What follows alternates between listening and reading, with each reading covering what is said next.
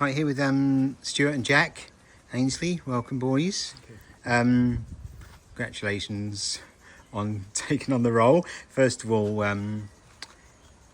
obviously you're no strangers to the club, but quite an unusual position of coming into a management role where the team is already, and you'd know this, you've been a big part of it, on the highest level it's ever been at in terms of league position, Suffolk Premier Cup winners. Quite unusual then to step into a role for an already currently successful team rather than going into a struggling team. The obvious first question beyond that is, how did it come about? So Stuart? Yeah, so obviously we heard February, March time that Borton Company were leaving, and they announced it to us that they were leaving, and we had the discussion at that time. And we thought that the club would have a big long list of applicants, being obviously the stature of the club and how good the club is. And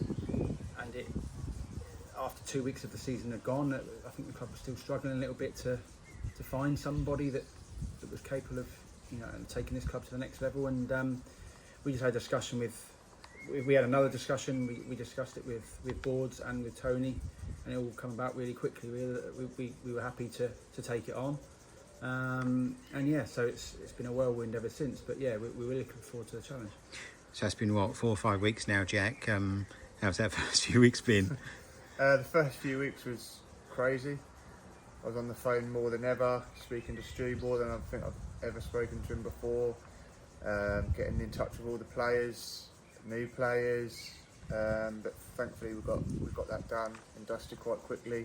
So we've kept the majority of the team from last year, added a few which we're really looking forward to, and it's just settled down quite nicely, and then looking forward to when we start back next week. Yes, I guess going into when you took over, there was some obviously uncertainty about, because there was things had stalled a bit in terms of renewing players because of the management situation, but you seem to do your business very quickly in terms of who you retained and then who you went out and got. You must be delighted with who you picked up. Yeah, definitely. We wanted to keep the core of the squad, which we have, and then we spoke areas that we feel like we could improve. We're absolutely delighted with the lads we brought in, and hopefully the fans will as well. And we're really looking forward to seeing them play. It should hopefully be a successful season. One we've lost, of course. Well, a few we've lost, but one of the major ones we announced last week, Charlie Warren, that's worst kept secret in town, wasn't it? That he would leave us at the end of the season. First of all, what an opportunity for him, Stuart. And he deserves it as well. It's a great opportunity for anybody. It's every kid's dream, and he's, in my eyes, compared to us, he is still a kid. Like, he's 21 years old.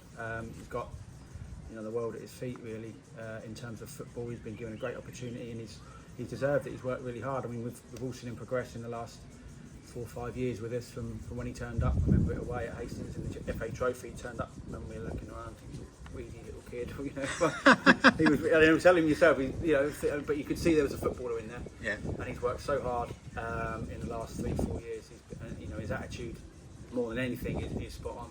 Yeah. So he's got a great opportunity, and it's brilliant for the club to be kind of supplying the professional game. It puts our name on the map a little bit as well. So yeah, Charlie's been brilliant for us, and he'll be a big loss trying to replace 34 goals. Yeah, it's going to be a big effort from everybody to try and chip in with that. But we've brought players in, and we've got current players that we think are capable of that. So they're big boots to fill. But yeah, I'm sure we can we'll work together to try and not miss him too much.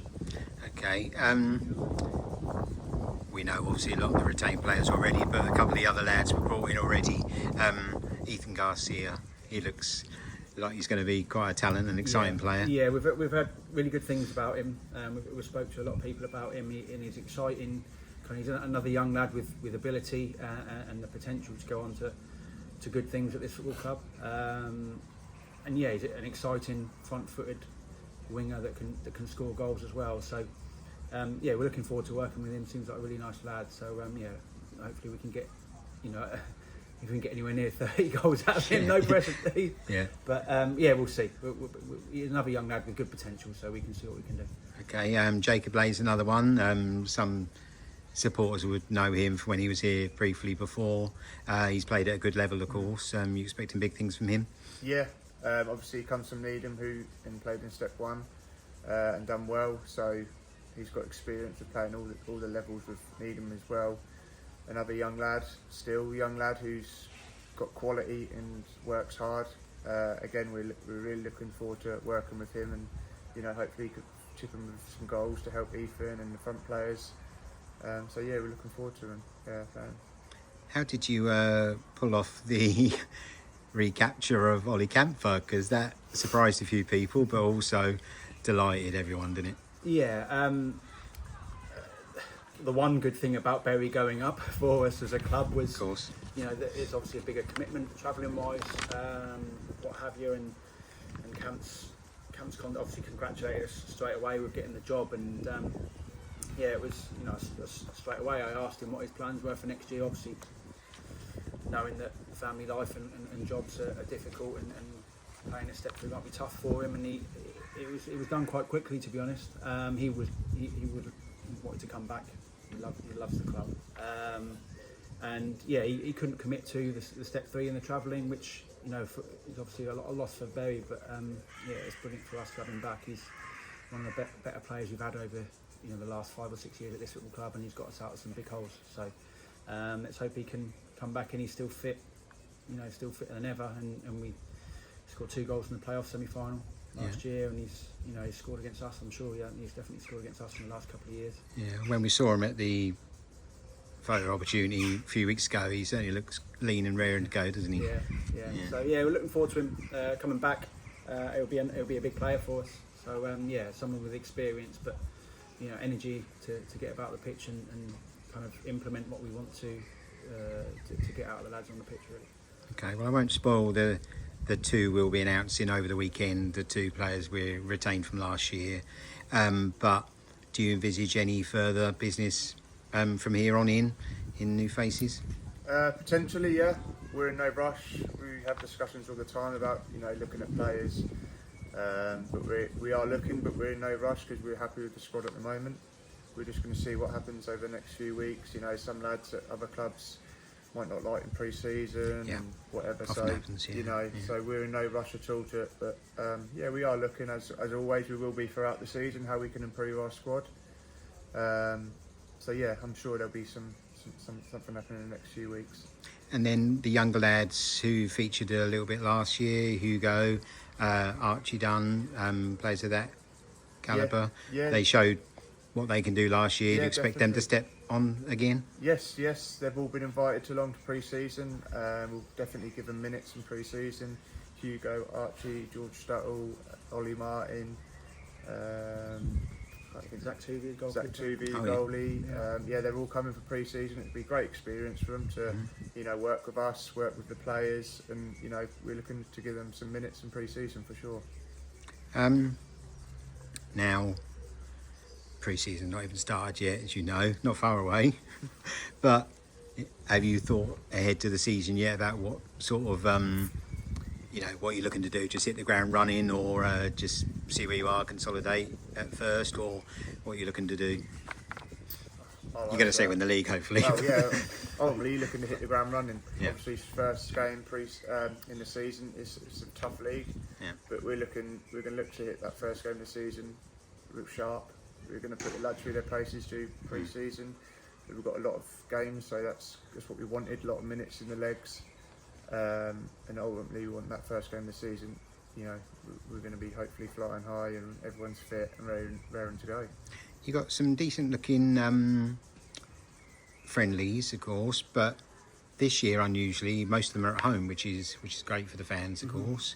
The in terms of preparation for the season itself, it is difficult in this league, isn't it? Because A, the fixtures don't come out till 3 weeks before the season, and then B, the unknown teams every year, who have come up, and those who have say do a Malden, if you like, they can be completely different to last year, aren't they? So you're going into that unknown, but I guess you just focus on us, don't we? That's the main thing we do. That's the biggest thing for us, I think, is if we get our game right and we get our players performing to their potential, every week, constantly every week, and being consistent, then generally we'll win more games than we'll lose. So we've got to just worry about ourselves. So obviously other teams, doing things in this league, but we have to concentrate ourselves. We can't affect whatever anybody else is doing. So we kind of control what our lads, do on the pitch. So that's what we put most of our focus into. Yeah. Don't give all your secrets away, but in terms of style of play, are you similar lines to Walton Crumpy? Attack and passing football, where you're more we are offensively like minded. That. We are like them, but we're not silly enough to think that our one formation is going to work throughout the season. So sometimes you have to go away and you defend. Sometimes at home we can attack a bit more as teams sit back. So we're going to have to be adaptable throughout the season. We want to be front-footed, attacking football, with a lot of energy, with high. That's what the lads were brought in, who got a lot of energy, to win the ball back quickly. Hopefully it's good attacking football. Couple of interviews I heard on the radio with yourselves, and one of the big things you're going to buy into, I think, is the community here, and not only the supporters within this club, but the town as a whole, and try and bring them really on the journey with us. So important they get involved, isn't it? Still, it is. Yes, and I've said in previous interviews that Felixstowe is a big place. Like, it's a big community here. We're lucky that obviously that the port brings a lot of work this way and a lot of sponsorships. You see around the club all the boards that are here, all the sponsors that we get, which is excellent for the football club, and we obviously appreciate everybody that puts any little bit of time and effort and money into this football club. But we want to kind of keep pulling it in the right direction. I think the previous management have done that really well over the last few years, pulled the club together, the youth section with the senior section, pulling that together as well. And overall we want to be a bigger we want to have a bigger impact in the community, or the biggest impact as we can have, and that's from the young lads, young boys and girls coming to watch us, that play out there on a Saturday morning, that want to come back over here on a Saturday afternoon to cheer on their team. And the last few years it's got it's improved tenfold, so we want to carry that on and see what we can do with this excellent local community we've got. I guess it's been a decade of just continued when I first sustained improvement, momentum, whatever you want to call it. And 10 years ago, I think this will be my 11th season at the football club, and the average gate in the first when I was first here was probably just about three figures, I'd imagine, 90, maybe 100. And now we're looking at... I used to count the dogs just to boost it. We're looking at 450 at the moment. I still think there's potential that we could do more than that. I really do. So we want to attract fans through the gate with the style of football we play, and this can be a great hub for the local community. Okay. I guess the whole job is a challenge, but do you see any sort of specific challenges? Is it just do you feel pressure of taking over an already winning team? It's pressure, yeah. It's like you say, the club finished second, the highest it's ever finished at this level, and I was discussing at work actually today that it's not very often that you get a job where a team is flying so high. Let's say normally managers get sacked or whatever, they're struggling towards the relegation zone, and the only way really is up. But obviously we're at the other end of that scale, so the pressure is on us, and we don't want to see this football club fail. Ultimately, it's not about us two; it's about this football club. So we want to carry it forward as best we can, and try and achieve things that have never been achieved before. And that's what we're aiming for. So it's going to be really tough, but the pressure's on us. But we know we've got the support of everybody. I haven't had any negative comments or anything, and the support we've had behind the scenes has been immense. So that stands us in good stead. You touched on this at last week's AGM, which a few people here would have heard, but just to make it clear to everyone else who's watching, in terms of your own individual sort of parts to play in this sort of dual role, how you'll be doing it differently to most joint managers, won't you? Because one of you will be on the pitch, basically. So you'll be taking more of a player role on a match day, Jack? Yeah, player roles on a match day, obviously helping Stu with pre-match maybe, but once the game started, and half-time maybe, That'll be Stu and Logger's responsibility. I'll just be as a player, and obviously if they need me to speak or whatever, I will do. But then ultimately throughout the week, I'll be helping Stu and Logger prepare us for the next game. Stuart, you'll be in that dugout. Yeah. That'll be Yeah. quite entertaining to see, I bet. Yeah, It always totally is. different. I'll be calm. You watch. Okay. Okay. If I guess Logger's the calming influence Yeah. there, like you say. If I don't know how I'm going to be. I generally don't. Yeah. I mean, when I'm not necessarily going to have an opportunity to get on the pitch, I might say I might be different and maybe a bit more reserved. I don't know, and try. What I will do is obviously trying to help the team win a game of football as best I can. If that's however way I need to do that, then ultimately that's what I'll have to do. So if that's putting all of my efforts into our own players and leaving factors outside of my control to one side, then that's what we'll do. But ultimately, as a whole management team and playing squad and the fans and the club, we want to win games of football, so we all have to kind of work together to get that result. That's not it for you on the pitch, though, is it? You may be based in the dugout, but you're there when needed. Aren't you? Yeah, maybe. I've said on other things that we want to build a good enough squad that I don't have to play. Yeah. I will obviously be here, and I'm going to try and keep myself ticking over. That if I am needed for any emergencies, and that'll be the same with Logger as well. That there's two kind of players here that for backup if we are needed. That's not that's not the plan at all. We want to build a good enough squad that I'm not needed. But yeah, I'll be signing a form and what have you, and keep myself ticking over if I am needed. But hopefully we'll be winning games of football and everyone will be fit and ready to go, and I'm not needed. Off the field, that's probably the hardest bit, isn't it? Because when the game kicks off, there's not. Well, Jack can control it more, but there's not a lot you can do. But off the field, how are you going to cope with the workload that comes with a step 4 management role? Yeah, it has been. Yeah, I think we found that out in the last few weeks how tough it is. Yeah. But it's something we've enjoyed a lot. Something we've always thought we'd do together, and and it's come around really quickly. And we're really lucky that we've got this opportunity at this fantastic football club that is winning. It's got fantastic facilities. So we are really looking forward to it. You obviously got a lot of support at home as well as from the fans here, I guess. Yeah. Both our wives and mum and dad have been really supportive. Do they know yet? Well, they will after this. It's we've spent a lot of time on the phone. We've spent a lot of time up at the football club, trying to sort things out and trying to, maybe implement our way of thinking on certain things. Because, ultimately there's not a lot wrong here at all, but there's a few little things that we would like to improve on, and they're just our opinion, and we're obviously thankful for the club for putting their trust in us to make some decisions. The support has been great from home, and it's made it easier, a lot easier with the support. Talking of support, when that announcement came then a few weeks ago, I've controlled the social media here for many years now. I don't think we've ever had a quiet reaction like we had to that in terms of positivity, and not a single, which is unusual these days with the internet, isn't it? Especially Twitter. It's overwhelmingly positive, and that seemed to give everyone a boost. That must have given you two as well a bit of a lift. Yeah, it has. It has, having a lot of support from other managers also who've messaged us, giving us their wishes, and if anyone can help, if they can help at any time, then they're there. Ultimately, that is, not any bad comments is great, but we are going to get that throughout the season, I'm sure. It's not all going to be a smooth ride like we think it is. Of course not.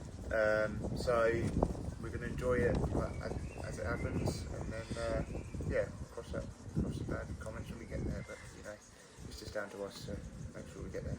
Big thing now, of course, is selling those season tickets. We've got a week and a half to go.